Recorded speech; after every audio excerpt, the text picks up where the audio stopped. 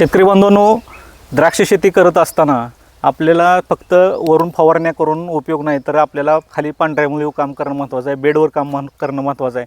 त्यासाठी आपल्याला organic carbon वाढवणं खूप महत्त्वाचं आहे. तर ऑर्गॅनिक कार्बन वाढवण्यासाठी काय केलं पाहिजे हे आज आपण जाणून घेण्यासाठी सन्माननीय द्राक्षतज्ञ सतीश शेठ नेरकर येडगाव यांच्या द्राक्ष बागेमध्ये आहे. तर गेल्या वर्षी निर्यातक्षम द्राक्ष उत्पन्नात अग्रेसर असलेल्या नारायणगाव असेल किंवा जुन्नर तालुका असेल किंवा सांगली, नाशिक या परिसरामध्ये जवळपास 80 ते 90% द्राक्ष बागा हा फेल झाल्या, काडीमध्ये सूक्ष्म घड निर्मिती न झाल्यामुळे. तर अशा परिस्थितीमध्ये सुद्धा सन्माननीय सतीश शेठ नेरकर यांच्या जवळपास 20-25 एकर बागा असून त्यांची एकही बाग फेल नाही. गेल्या वर्षी त्यांनी अतिशय भरघोस असं द्राक्षाचं उत्पादन घेतलेलं आहे. तर हे पण त्यांचं पांढरे मुळीसाठी किंवा ऑर्गॅनिक कार्बनसाठी त्यांचं नेमकं काय काम करतात ते हे आज आपण जाणून घेणार आहोत. तर सन्माननीय सतीश शेठ नेरकर, तुमचं आमच्या चॅनलमध्ये मनपूर्वक स्वागत. तर तुम्ही ऑर्गॅनिक कार्बन वाढवण्यासाठी काय काय उपाययोजना करतात हे शेतकऱ्यांना सांगावं अशी तुम्हाला विनंती आहे.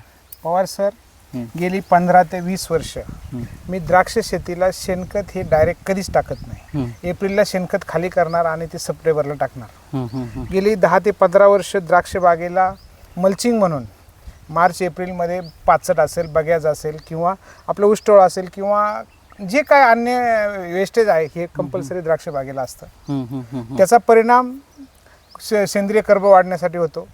कृषीटेकचं संवर्धन खत आम्ही द्राक्ष बागेला वापरतो. त्याचा चांगला फायदा शेणखत कुजवण्यासाठी किंवा हे पालापाचोळा कुजवण्यासाठी पण होतो आणि मुळी ॲक्टिव्ह राहण्यास मदत होते.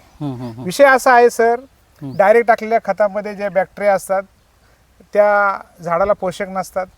द्राक्षे जे कुजलेलं शेणखत असतं ते कुजलेलं शेणखत हे झाडाला, मुळीला लगेच लागू पडतं आणि त्याचा फायदा आपल्याला द्राक्षवेलीच्या पोषणासाठी चांगला होतो.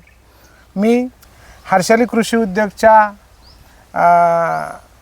नारायणराव आरोटे यांच्या दुकानामधनं संवर्धन कृषीटेक कंपनीचं संवर्धन खत हे माझ्या द्राक्ष बागेला वापरतो आहे. आणि या मल्चिंगमुळं आज माझ्या सगळ्या बागांना माल चांगले येत आहेत आणि बागा चांगल्या पद्धतीने माल वजन देत आहेत.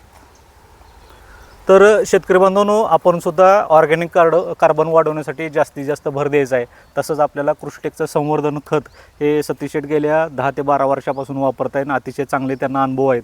तर आपल्याला संवर्धन या खतामध्ये जवळपास 14 प्रकारच्या पेंडी, तसेच सर्व बायोडायनामिक कल्चर असेल, कॅल्शियम असेल, फॉस्फरस असेल, मॅग्नेशियम असेल, असं जवळपास 34 ते 35 घटक त्याच्यामध्ये उपलब्ध आहेत. या खतासुद्धा आपल्याला ऑर्गॅनिक कार्बन वाढवण्यासाठी आपल्याला वापर करायचा आहे. तर शेतकरी बांधवांनो, हा व्हिडिओ तुम्ही फेसबुक, इंस्टा पाहत असेल तर फॉलो करा, यूट्यूबवर पाहत असेल तर लाईक करा, शेअर करा आणि चॅनलला सबस्क्राईबसुद्धा करा. धन्यवाद.